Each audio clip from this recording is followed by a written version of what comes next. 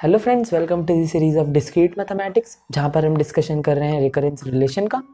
तो अभी तक हमने रिकरेंस रिलेशन में सीखा कि कैसे हम एक रिकरेंस रिलेशंस को डिफाइन कर सकते हैं या कैसे हम किसी सीक्वेंस से एक रिकरेंस रिलेशन बनाते हैं। तो अब इस वीडियो में हम सीखेंगे कि कैसे हम एक रिकरेंस रिलेशन का सोल्यूशन बनाते हैं, उसको सॉल्व करते हैं। तो चलिए बिना टाइम गवाए स्टार्ट करते हैं।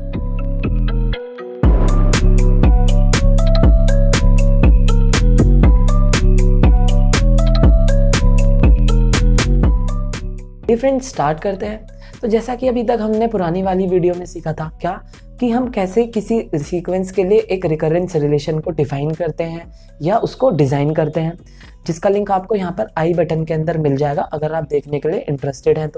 तो आइए एक बार उस वीडियो का कुछ रिवीजन कर लेते हैं दो क्वेश्चन से फटाफट से।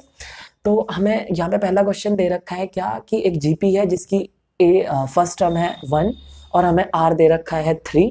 तो हमें उसके लिए एक रिकरेंस रिलेशन डिज़ाइन करना है इस सीक्वेंस के लिए। तो हमें पता ही है जीपी का जनरल फॉर्म क्या होता है, ए आर स्क्वायर, है ना। आर मल्टीप्लाई होता चला जाता है अपनी सक्सेसिव टर्म के अंदर।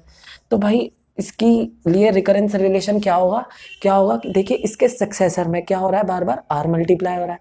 इसमें क्या होगा, इसके प्रेडेसर के अंदर आर मल्टीप्लाई कर दो, वो क्या है, इसका सक्सेसर है। तो nth टर्म क्या होगी, उसके प्रेडेसर के अंदर आप आर मल्टीप्लाई कर दो। तो ये किसके लिए हो गया, ये जनरल जीपी के लिए रिकरेंस रिलेशन हो गया। देखिए कितनी फटाफट हमने निकाल दिया। और इस वाली जीपी के लिए क्या होगा, इस वाली जीपी के लिए बस यहाँ पे R3 पुट कर दीजिए, जो कि ट्रू कब है, for n is greater than equals to 1।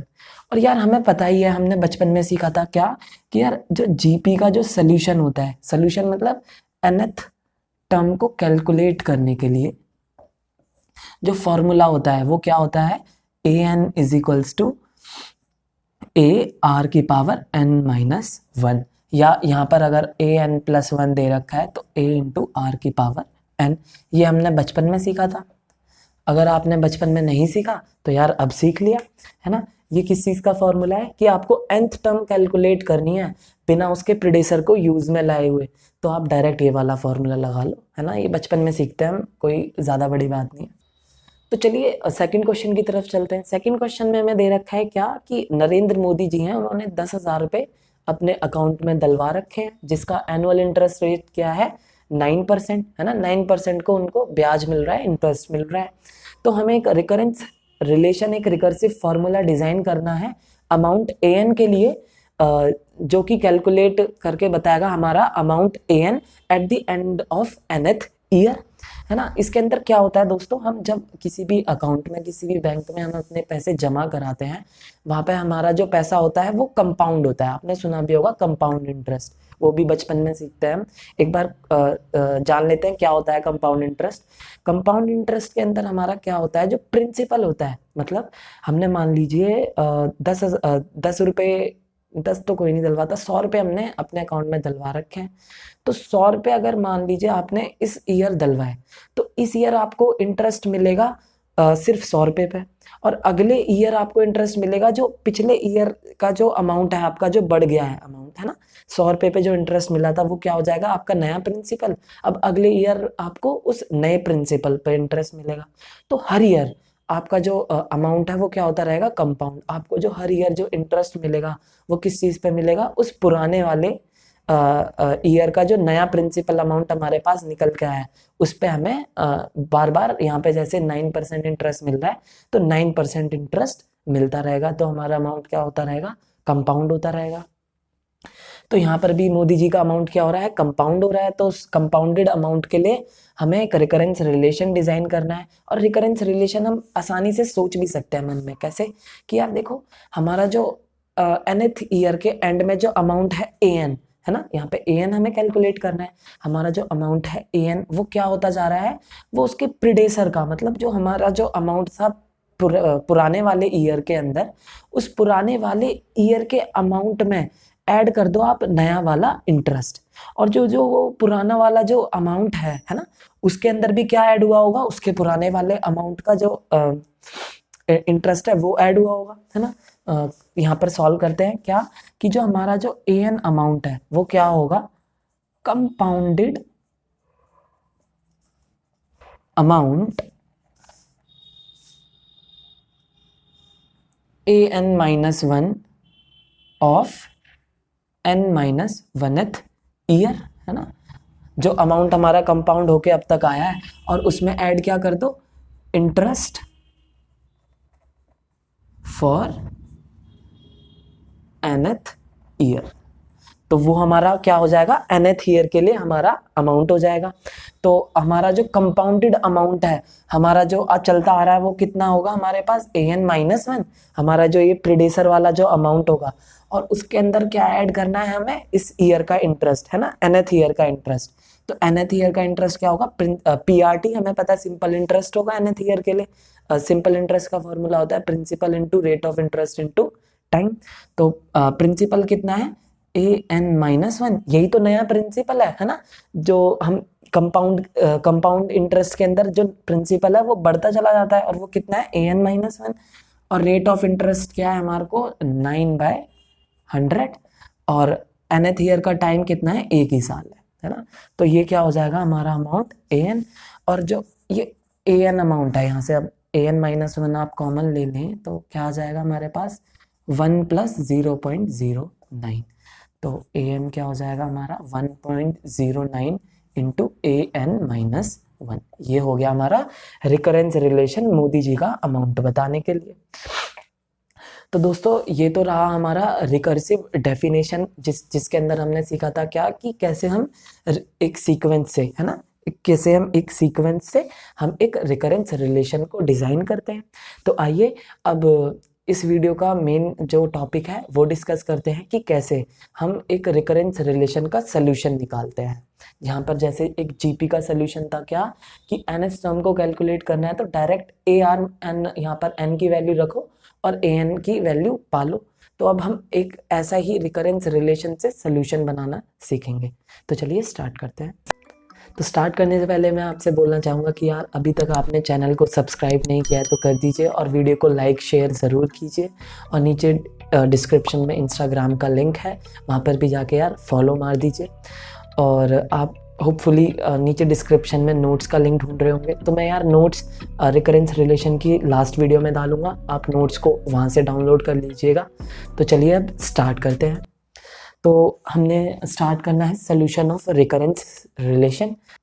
Recurrence relation का सोल्यूशन दोस्तों हम दो तरीके से निकाल सकते हैं। एक हमारे पास मेथड होता है सब्स्टिट्यूशन मेथड, और एक होता है हमारे पास systematic method. Systematic method as such कोई मेथड नहीं होता, ये मैंने खुद से बनाया हुआ मेथड है मेरा। तो सब्स्टिट्यूशन मेथड किसके लिए यूज़ होता है, फॉर सिंपल रिकरेंस रिलेशन। आपके जो सिंपल रिकरेंस रिलेशन होते हैं जैसे APGP के, ये आप इनसे सब्स्टिट्यूशन मेथड से सॉल्व कर सकते हैं। और ये जो सिस्टमैटिक मेथड होता है जो कि इम्पॉर्टेंट भी है यूनिवर्सिटी के पॉइंट ऑफ व्यू से और हमारे और भी कॉम्पिटिटिव एग्जामिनेशन के पॉइंट ऑफ व्यू से, सिस्टमैटिक मेथड के अंदर हम किसको सॉल्व करते हैं, कॉम्प्लेक्स रिकरेंस रिलेशन को। तो ये दोनों मेथड यार, हमारे एक क्लास होती है रिकरेंस रिलेशन की, linear recurrence relation with constant coefficient. Linear का मतलब है कि यार उस रिकरेंस रिलेशन की जो डिग्री होती है वो 1 से ज़्यादा नहीं हो सकती, तभी वो क्या होगा, लीनियर। अगर डिग्री 1 से ज़्यादा हुई, डिग्री क्या होती है, हाईएस्ट पावर, है ना। अगर डिग्री या पावर, हाईएस्ट पावर आपकी उस रिकरेंस रिलेशन की 1 से ज़्यादा है तो वो रिकरेंस रिलेशन लीनियर नहीं होगा। तो हम पूरे रिकरेंस रिलेशन के अंदर इवन गेट नेट और सारे कॉम्पिटिटिव एग्जाम्स और हमारे यूनिवर्सिटी एग्जाम्स के अंदर सिर्फ linear recurrence relation with constant coefficient को ही सॉल्व करते हैं। और आइदर हमसे बोला जाता है यार सब्स्टिट्यूशन मेथड से सॉल्व कर दो, और अगर सब्स्टिट्यूशन मेथड से सॉल्व नहीं हो सकता तो वो डायरेक्ट लिखा आता है कि यार सॉल्व कर दो, है ना। और तो हम किससे सॉल्व करेंगे, उसे सिस्टमैटिक मेथड से, जो हमने खुद से क्रिएट किया है, बड़ा इंटरेस्टिंग मेथड है। तो linear recurrence relation with constant coefficient भी यार हमारे दो टाइप के होते हैं। एक होता है होमोजीनियस और एक होता है नॉन होमोजीनियस, है ना। होमोजीनियस कौन सा होता है, जो कि इक्वेट करता है जीरो से, मतलब कि फॉर एग्जांपल मान लीजिए कोई इस तरीके का रिकरेंस रिलेशन है हमारे पास, है ना। तो इस रिकरेंस रिलेशन को अगर हम इक्वेट करेंगे, देखिए इसको हम क्या ऐसे लिख सकते हैं,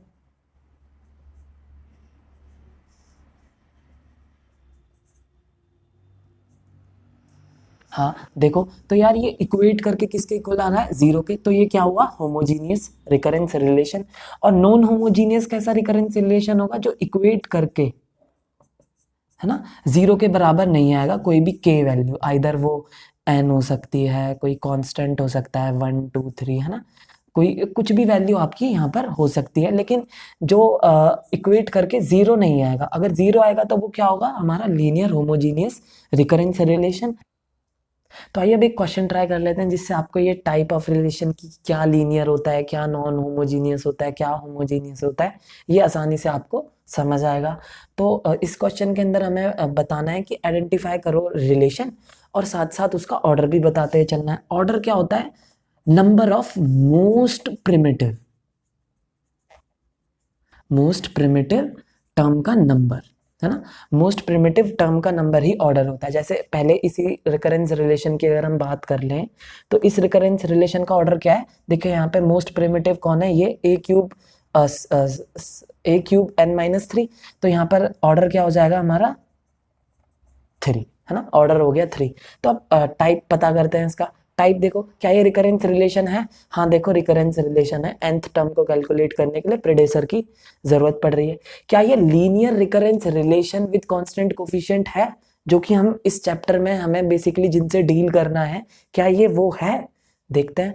क्या यार ये लीनियर है, देखो यार लीनियर तो है नहीं, क्यों, क्योंकि इसकी डिग्री क्या है 3, है ना, अगर डिग्री 1 से ज्यादा है तो वो लीनियर नहीं होगा। तो यार ये लीनियर तो है नहीं, तो ये कौन सा हो जाएगा, नॉन लीनियर रिकरेंस रिलेशन। अब ये होमोजीनियस है या नॉन होमोजीनियस है, तो देखो यार ये होमोजीनियस है। अब अगर आप इन दोनों प्रिमिटिव टर्म्स को इधर लेकर आओगे तो ये इक्वेट किसके करेगा, जीरो के। तो ये नॉन लीनियर रिकरेंस रिलेशन है, और ये क्या है, नॉन होमोजीनियस है ना, नॉन होमोजीनियस है ना। इस तरीके से शॉर्ट में फटाफट फटाफट कैलकुलेट कर लेते हैं।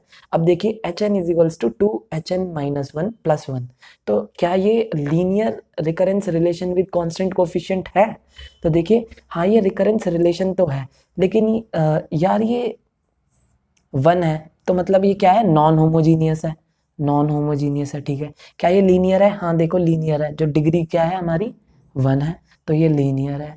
तो लीनियर है, नॉन होमोजीनियस है, और ये रिकरेंस रिलेशन भी है ना, रिकरेंस रिलेशन भी है, और कांस्टेंट कोफिशिएंट है ना। कांस्टेंट कोफिशिएंट क्या होते हैं, देखो इसका कोफिशिएंट क्या है, इस प्रिमिटिव टर्म का कोफिशिएंट है 2, और इस प्रिमिटिव टर्म का कोफिशिएंट क्या है 1।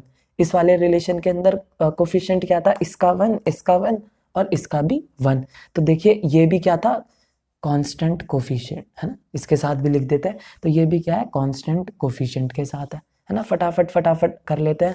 अब इस रिलेशन के अंदर an = n an-1, क्या ये लीनियर रिकरेंस रिलेशन है, हाँ देखो यार लीनियर तो है।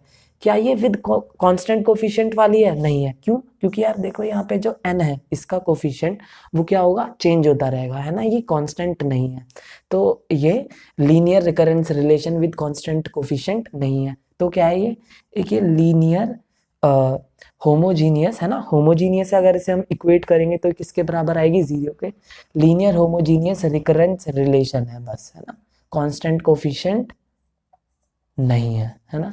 और इसकी बात करें, an = 5an-1, और यहाँ पे देखिए एंड में क्या आ रहा है, n², मतलब ये क्या होगी, नॉन होमोजीनियस। ये कोई प्रिमिटिव टर्म तो है नहीं, है ना, ये कोई ऐसी टर्म तो है नहीं कि ये इसकी प्रेडेसर वाली टर्म हो। तो ये क्या किसके इक्वेट हो जाएगी, ये n² के लिए इक्वेट हो जाएगी। अगर हम इन दोनों प्रिमिटिव टर्म को इधर ले आएंगे तो ये क्या हो जाएगी, नॉन होमोजीनियस। अब क्या ये लीनियर है, हाँ देखो लीनियर तो है ना, क्यों, क्योंकि इसकी डिग्री क्या है, 1 है। मैक्सिमम डिग्री होती है मैक्सिमम पावर, तो डिग्री इसकी 1 है, तो ये लीनियर है, और ये नॉन होमोजीनियस है। क्या ये रिकरेंस रिलेशन है, हाँ देखो रिकरेंस रिलेशन है। nth टर्म को कैलकुलेट करने के लिए उसके हमें प्रेडेसर वाली टर्म की जरूरत पढ़ रही है। तो अब ये लीनियर है, नॉन होमोजीनियस है, रिकरेंस रिलेशन है, क्या विद कांस्टेंट कोफिशिएंट है। जिस क्लास की हमें स्टडी करनी है, जिस क्लास के बारे में हमें आगे जाके स्टडी करनी है, क्या ये वो वाली क्लास है? हाँ देखो यार, ये वो वाली क्लास है। कैसे? देखिए, इस nth टर्म वाली टर्म को, इसका कोफिशिएंट क्या है 1 जो कि कांस्टेंट है, इसका क्या है 5 ये भी कांस्टेंट है, और ये भी कांस्टेंट है ना। तो ये non homogeneous linear recurrence relation with constant coefficient है। तो आइए अब ये 3 क्वेश्चन देख लेते हैं। ये 3 क्वेश्चन हमारे इंपॉर्टेंट क्वेश्चन है, प्रीवियस ईयर गेट के क्वेश्चन है। तो देखिए यार, ये इस टाइप के क्वेश्चन है ना, अगर आपने स्टडी अपने हमारी कट। तो आइए अब ये 3 क्वेश्चन और देख लेते हैं जिसके अंदर हमने प्रीवियस ईयर गेट क्वेश्चंस को उठाया है। तो देखिए, गेट के अंदर भी इस टाइप के सिंपल क्वेश्चन भी आ सकते हैं। हालांकि यार ये सिंपल तो है नहीं, अगर आपने स्टार्टिंग से हमारा रिकरेंस रिलेशन की सीरीज देखते आ रहे हैं तो शायद आपको अब ये सिंपल लगे, लेकिन हर किसी के लिए सिंपल नहीं होते। तो यार अगर आपने मेहनत करी है ना, अच्छे से पढ़ के गए हो आप, तो आपको हर चीज़ सिंपल लगेगी। पूरा गेट का पेपर आपको सिंपल लगने वाला है। तो उसके अंदर क्वेश्चन क्या आया था, 4 ऑप्शन आए थे और हमें बताना था ये कौन सा टाइप है। तो मैंने 4 ऑप्शन तो दिए नहीं है हमें यार, हम डायरेक्ट आंसर बता सकते हैं। क्या होगा, क्या ये इस वाली क्लास का रिकरेंस रिलेशन है? देख लेते हैं। नहीं यार, ये इस वाली क्लास का तो नहीं है। क्यों? क्योंकि इसकी डिग्री क्या है 2 है ना। ये जो ये वाली टर्म है और ये वाली टर्म है, इनका प्रोडक्ट क्या देगा हमें? डिग्री 2 दे देगा।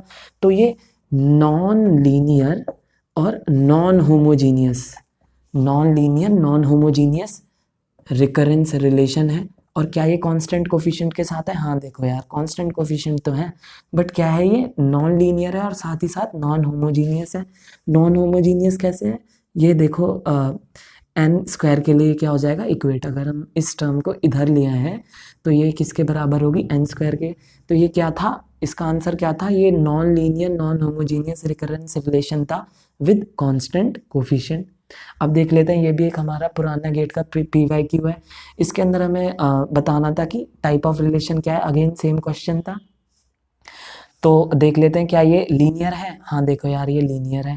क्या ये रिकरेंस रिलेशन है? हाँ देखो यार, ये रिकरेंस रिलेशन भी है, लीनियर रिकरेंस रिलेशन। क्या ये होमोजीनियस है? हाँ देखो यार, ये होमोजीनियस भी है ना। इक्वेट किसके होगा? ये 0 के। अगर हम इस वाली टर्म को और इस वाली टर्म को भी यहाँ लिया है तो ये लीनियर है, रिकरेंस रिलेशन भी है, होमोजीनियस भी है। क्या ये कांस्टेंट कोफिशिएंट के साथ है? देखो यहीं ट्रिक आ गई। देखो इसके कोफिशिएंट क्या है? कांस्टेंट नहीं है। इस वाली टर्म को देखो, यहाँ पे जो n है ना, इस वाली टर्म का जो कोफिशिएंट है n, वो चेंज होता रहेगा। n तो चेंज होता रहता है, n वेरिएबल होता है। तो ये कांस्टेंट कोफिशिएंट नहीं है। तो ये कौन सा रिलेशन है? लीनियर रिकरेंस रिलेशन, जो कि होमोजीनियस है लेकिन कांस्टेंट कोफिशिएंट नहीं है। अब ये वाला क्वेश्चन, इसके अंदर हमें क्या ये रिकरेंस रिलेशन है? हाँ यार, रिकरेंस रिलेशन है। क्या ये लीनियर है? हाँ देखो यार, लीनियर है। डिग्री क्या है? 1। तो ये लीनियर है, रिकरेंस रिलेशन है। क्या ये होमोजीनियस है? हाँ देखो, होमोजीनियस है। तो ये लीनियर रिकरेंस रिलेशन होमोजीनियस है। क्या ये कांस्टेंट कोफिशिएंट है? हाँ देखो, कांस्टेंट कोफिशिएंट भी है।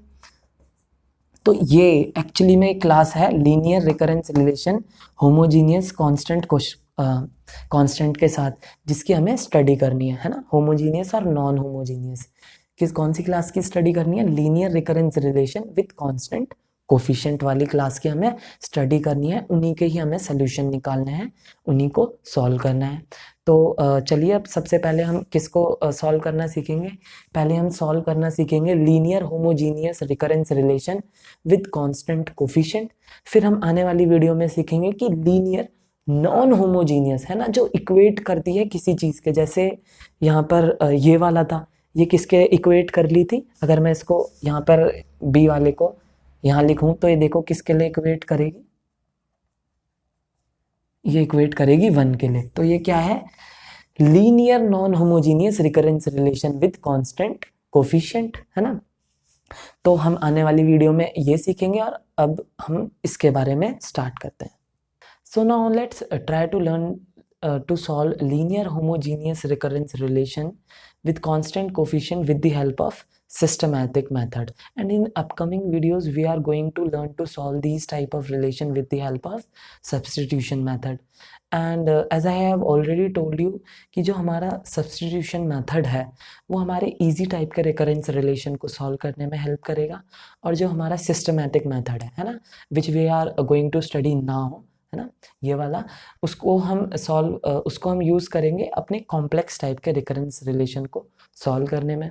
तो यार एक और इन्फॉर्मेशन मैं आपको देना चाहूँगा, जो हमारा सिस्टमैटिक मेथड है, ये एज सच कोई मेथड नहीं है ना। आप शायद इंटरनेट पे आपको ना मिले या बुक्स वगैरह में ना मिले। ये एक्चुअली में क्या है, ये एक एल्गोरिदम है, इसको मैंने खुद से डिज़ाइन करा है डिफरेंट डिफरेंट बुक से, है ना। तो यार ये एल्गोरिदम इतनी अच्छी है, आप इसके हेल्प से आप गेट नेट और यूनिवर्सिटी एग्ज़ाम का कितना भी कॉम्प्लेक्स क्वेश्चन हो वो आसानी से सॉल्व कर सकते हैं, ठीक है। और ये भी बताना चाहूँगा कि जब मैं वो एल्गोरिदम आपको बता रहा हूँगा, है ना, जब मैं सिस्टमैटिक मेथड आपको बता रहा हूँगा, तो शायद आप उसको समझ ना पाएँ, आपके वो समझ ना आए, तो घबराइएगा मत। जब हम उसका क्वेश्चन सॉल्व करेंगे तो आप आसानी से उसको कोरिलेट कर पाएंगे। तो ठीक है, अब मैं सिस्टमैटिक मेथड की एल्गोरिदम लिखने वाला हूँ, तो समझना है तो घबराइएगा मत। हालांकि मैं थोड़ा थोड़ा हर एक स्टेप के बारे में आपको बताता जाऊँगा। तो सबसे पहला स्टेप रहेगा, हमें डेल एक्स फाइंड आउट करना है। डेल एक्स को हम क्या कहते हैं, कैरेक्टरिस्टिक पॉलिनोमियल। कैरेक्टरिस्टिक पॉलिनोमियल का यूज़ हम आइगन वैल्यूज़ को फाइंड आउट करने में भी करते हैं, मैट्रिसेस वाले चैप्टर के अंदर, है ना। काफ़ी फेमस चीज़ है ये। तो हमें कैरेक्टरिस्टिक पॉलिनोमियल फाइंड आउट करना है फॉर रिकरेंस रिलेशन। और कैसे फाइंड आउट करना है, बाय ऑब्जर्विंग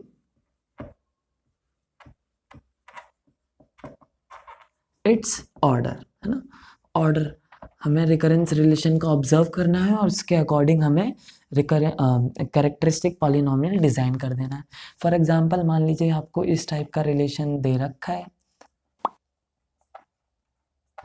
ना।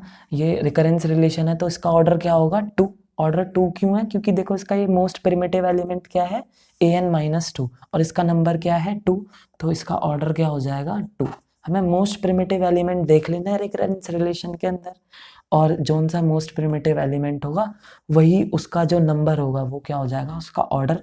तो अब इसके लिए कैरेक्टरिस्टिक पॉलिनोमियल कैसे डिज़ाइन करेंगे, इन दोनों टर्म्स को हम इधर लाएंगे, तो ये किसके इक्वेट हो जाएंगी, 0 के लिए। अब जैसे कि मैंने बताया इसका ऑर्डर 2 है, तो ऑर्डर 2 के लिए कैरेक्टरिस्टिक पॉलिनोमियल डिज़ाइन होगा डिग्री 2 का, है ना, जिसका एक्सपोनेंट हाईएस्ट एक्सपोनेंट जो होगा वो 2 होगा। तो बाइनोमियल डिज़ाइन होगा इस वाले के लिए, क्योंकि इसका ऑर्डर 2 है, तो कौन सा बाइनोमियल डिज़ाइन होगा, x², और इसके आगे कोफिशिएंट क्या आएगा 1, क्योंकि यहाँ पे भी कोफिशिएंट क्या है 1। अब यहाँ पे इसके लिए आपको क्या लिखना पड़ेगा, x, और इसके आगे कोफिशिएंट भी क्या आएगा 1, है ना। और इसके लिए आपको कुछ नहीं लिखना, सिर्फ इसका कोफिशिएंट, और जिसका कोफिशिएंट इस समय क्या है 1। तो ये आपका क्या हो गया, characteristic polynomial for this type of recurrence relation. This type of नहीं, सिर्फ इसी स्पेसिफिक रिकरेंस रिलेशन के लिए। हर रिकरेंस रिलेशन के लिए प्लस माइनस ये कोफिशिएंट चेंज होते रहेंगे, है ना। फिर सेकंड स्टेप, जब आप कैरेक्टरिस्टिक पॉलिनोमियल आप निकाल लेंगे, जैसा कि हमने इस रिलेशन के लिए निकाला है, फिर आपको क्या करना है, solve del X and find its roots, है ना। हमें उसको सॉल्व करके उसके रूट्स निकाल देने हैं। हमने बचपन में ही सीखा हुआ है यार, रूट्स निकालना, है ना, छोटी सी बात है ये तो। फिर थर्ड स्टेप के अंदर हमें क्या करना है, जब हमारे पास रूट्स निकल गए, है ना, ये हमारा मोस्ट इम्पॉर्टेंट स्टेप है। जब हमारे, ये इम्पॉर्टेंट मैं मार्क कर देता हूँ, जब हमारे रूट्स निकल जाएंगे, हमें फिर एनालाइज करना है। अगर हमारे रूट्स इक्वल हैं, है ना, अगर मान लीजिए हमारा पॉलिनोमियल जो बना है वो बाइनोमियल है या ट्राइनोमियल है ना, मान लीजिए ट्राइनोमियल है, और अगर ट्राइनोमियल है तो 3 रूट निकलेंगे। अगर वो तीनों रूट इक्वल हैं तो अलग टाइप का आपका रिकरेंस रिलेशन का सोल्यूशन आएगा। अगर वो तीनों रूट अनइक्वल हैं तो आपका अलग टाइप का रिकरेंस रिलेशन आएगा। तो उसके लिए एक हम जनरल फॉर्म फॉलो करते हैं, वो जनरल फॉर्म में लिखने जा रहा हूँ, है ना। इफ रूट्स आर इक्वल, अगर रूट्स इक्वल हैं तो हमें कौन सी जनरल फॉर्म यूज करनी है, general form will be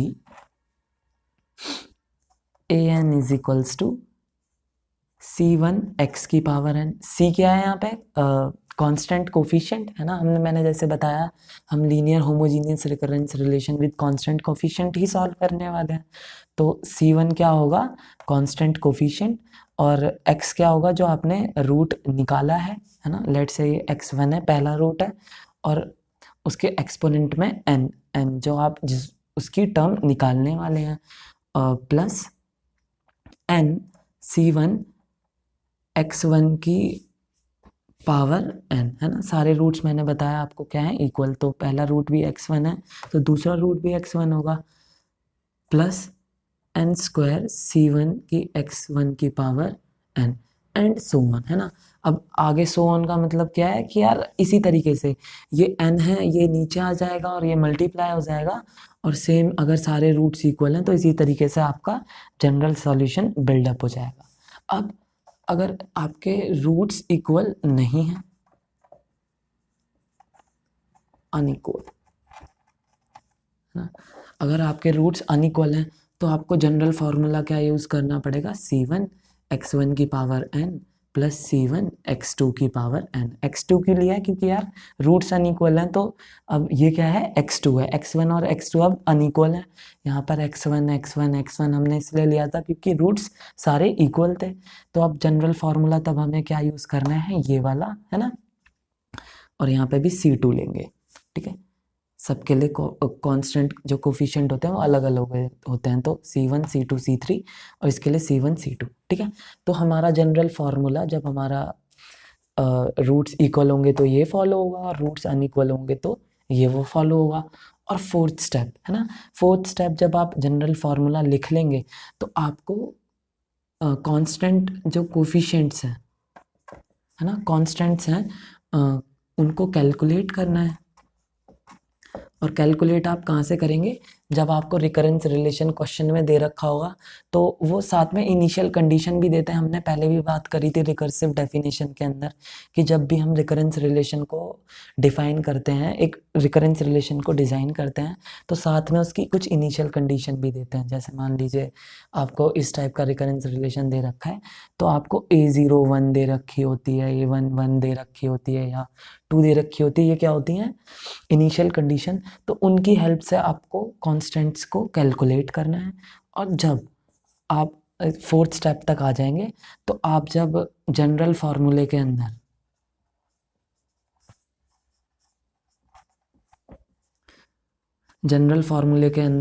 C1 C2 and so on and x1 x2 and so on, जितने भी रूट्स हैं, जितने भी कोफिशिएंट हैं, उनकी वैल्यू पुट कर देंगे है ना, पुट कर देंगे तो आपका सॉल्यूशन रेडी हो जाएगा है ना, सॉल्यूशन आपका रेडी हो जाएगा। ओके, तो ये तो बात रही हमारी एल्गोरिदम की।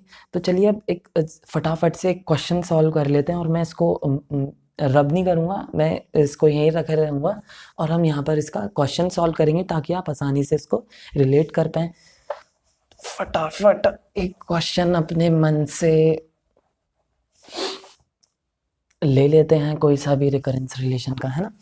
तो लेट से हमारे को क्वेश्चन दे रखा है कुछ इस टाइप का, an is equals to 3 an minus 1 plus 4 an minus 2 है ना, 2, ठीक है। तो इसका ऑर्डर क्या हो जाएगा, इसका ऑर्डर हो जाएगा 2, क्योंकि 2 क्यों हो जाएगा, क्योंकि मोस्ट प्रिमिटिव एलिमेंट है हमारा ये वाला, मोस्ट प्रिमिटिव एलिमेंट है ये वाला, तो इसका नंबर क्या है 2, तो इसका ऑर्डर क्या हो जाएगा 2। और लेट से हमें इनिशियल कंडीशन दे रखी हैं A0 और A1, कुछ भी ले लो, मान लीजिए हम A0 ले रहे हैं 0 और A1 ले लिए लेट से 5 है ना। तो ये मान लीजिए हमारा पहला क्वेश्चन है। अब हमें इसको क्या करना है, सॉल्व, और क्वेश्चन कुछ इस तरीके से आएगा, सॉल्व दिस रिकरेंस रिलेशन, मतलब इसका सलूशन बताओ। और ये थोड़ा देखिए कॉम्प्लेक्स टाइप का है, तो आप आसानी से ना सिस्टमेटिक मेथड का यूज़ करिएगा और ये एल्गोरिदम हम फॉलो करेंगे। तो सबसे पहले हम डेल एक्स फाइंड आउट करेंगे। डेल एक्स फाइंड आउट करने के लिए कैसे करेंगे, सबसे पहले हम इसको इस फॉर्म में रीअरेंज करेंगे, और फिर उसके अकॉर्डिंग हमारे को पास ऑर्डर 2 है तो उसके अकॉर्डिंग हम अपना डेल एक्स तैयार कर लेंगे। हमारे पास कैरेक्टरिस्टिक पॉलिनोमियल इस ऑर्डर 2 के रिलेशन के लिए क्या आ गया, ये आ गया है ना। मैं यहाँ पे मेंशन कर देता हूँ, ये क्या है, ऑर्डर 2 है ना। ये ऑर्डर 2 के रिलेशन के लिए हमारे पास कैरेक्टरिस्टिक पॉलिनोमियल ये आ गया। तो अब हमें इस कैरेक्टरिस्टिक पॉलिनोमियल को सॉल्व करना है। तो सॉल्व करने के लिए डायरेक्टली हम लिख सकते हैं इस तरीके से, है ना। ये बचपन में हम सीखते ही आ रहे हैं ये सॉल्व करना, कोई ज़्यादा बड़ी बात नहीं है। अब x कॉमन, और यहाँ से क्या कॉमन आ रहा है, कुछ भी नहीं, तो +1 कॉमन, तो x - 4। अब यहाँ से x - 4 कॉमन, तो हमारा अंदर क्या बच गया, x + 1। तो रूट्स क्या आ गए हमारे, x1 आया हमारे पास 4 एंड x2 आया हमारे पास -1, है ना। हमारे पास रूट्स आ गए हमारा। अब हमने सेकंड स्टेप कर लिया। अब थर्ड स्टेप जो कि हमारा इंपॉर्टेंट स्टेप है। अब हमें क्या देखना है कि यार ये देखिए दो रूट्स क्या हैं, अनइक्वल है, x1 is not equals to x2। तो अब ये अनइक्वल हैं, तो हमें क्या करना है, उस हिसाब से अपना जनरल फार्मूला, जनरल फॉर्म उठानी है। तो हम इसके अंदर जनरल फॉर्म यूज़ करेंगे ये वाली। सो लिख देते हैं, general form of recurrence relation solution will be an is equals to c1 x1 की power n plus c2 x2 की पावर n, है ना। तो ये हमारी जनरल फॉर्म हो जाएगी। अब इस जनरल फॉर्म के अंदर हमें c1 और c2 की वैल्यू कैलकुलेट करनी है। कैसे कैलकुलेट करेंगे, देखो a0 की वैल्यू, है ना, यहाँ पे शायद दिख नहीं रहा होगा आपको। मैं ये दोनों स्टेप तो हो गए, हम इसे रब कर देते हैं, इसे रब कर देते हैं। तो यहाँ पे देखिए a0 की वैल्यू हमें दे रखी है 0। तो हम a0 की वैल्यू अगर 0 दे रखी है तो यहाँ पे c1 और x1 हमारे पास है, और ये 0 प्लस x2 c2 x2 की पावर 0, ठीक है। ये जनरल फॉर्म थी हमारी। तो इसके अंदर हमारे पास क्या आ जाएगा, सीधे ये आ जाएगा, anything raise to the power 0 is 1। तो c1 और c2 क्या आ गया हमारे पास, एक इक्वेशन ये आ गई।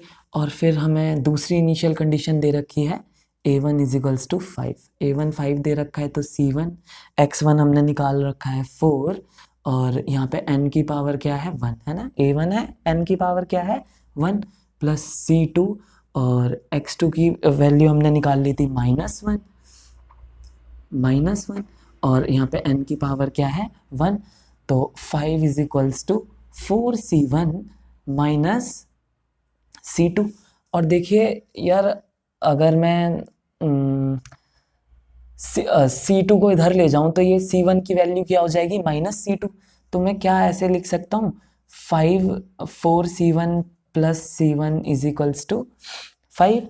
इसका मतलब क्या हो जाएगा हमारा, 5c1 is equals to 5। c1 की वैल्यू क्या आ जाएगी 1, और c1 की वैल्यू आ गई 1, तो यहाँ पे पुट कर दिए, हमारी c2 की वैल्यू क्या आ जाएगी -2। तो अब हमारे पास c1 c2 की वैल्यू आ गई। अब हमें फिफ्थ स्टेप फॉलो करना है। अब क्या करना है, हमारे पास c1 की वैल्यू है, अपने c2 की वैल्यू है, और x1 और x2 की वैल्यू हमने निकाली ली। इसका मतलब हमारे को सारे कंस्ट्रेंट्स पता लग गए। अब बस अपना आपकी जो जनरल फॉर्म थी उसके अंदर c1 c2 और x1 और x2 की वैल्यू पुट कर दो, तो आपका सोल्यूशन तैयार। c1 की वैल्यू आई है हमारी पास 1, और x1 की वैल्यू है हमारे पास 4, और n as it is, plus c2 की वैल्यू आई है आई गेस -1, और x2 की वैल्यू है आपके पास अगेन -1, और यहाँ पर n। तो हमारी इसकी जनरल फॉर्म यहाँ पर शायद आपको दिख ना रहा हो, मैं एक और बार ऊपर लिख देता हूँ। यहाँ पर क्वेश्चन रब कर देते हैं। तो हमारे c1 की वैल्यू क्या आई है हमारी 1, इंटू x1 की वैल्यू आई है हमारे पास 4, और n की value as it is, plus c2 की वैल्यू आई है हमारे पास -1 आई गेस, और x2 की वैल्यू आई है हमारे पास अगेन -1, और यहाँ पे n। तो 4n प्लस 1 की पावर n, है ना। तो ये क्या हो जाएगा हमारा इस रिकरेंस रिलेशन का, जो हमारे को क्वेश्चन था उस रिकरेंस रिलेशन का solution.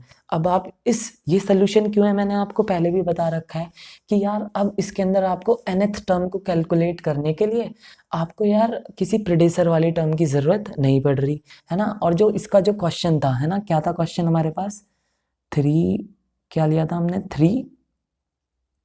3an-1 plus 4an-2 I guess, है ना, ये क्वेश्चन लिया था। तो देखो अगर यहाँ पे अब आपको nth टर्म आपको कैलकुलेट करनी है तो आपको n-1 वाले टर्म की भी वैल्यू पता होनी चाहिए और n-2 वाले टर्म की भी वैल्यू पता होनी चाहिए। बट इसके सोल्यूशन में जो हमने फाइंड आउट किया है, इसके अंदर आपको सिर्फ n की वैल्यू पुट करनी है और आपके पास nth वैल्यू की जो nth वैल्यू का आंसर है वो आपको पता लग जाएगा आसानी से। ये तो था हमारा फर्स्ट क्वेश्चन। अब आने वाली वीडियोस में हम ट्राई करेंगे और कुछ क्वेश्चन सॉल्व कर सकें, linear recurrence relation of homogeneous type of constant coefficient with the help of systematic method. So I guess it's time to say bye now. I'll catch up you in next video.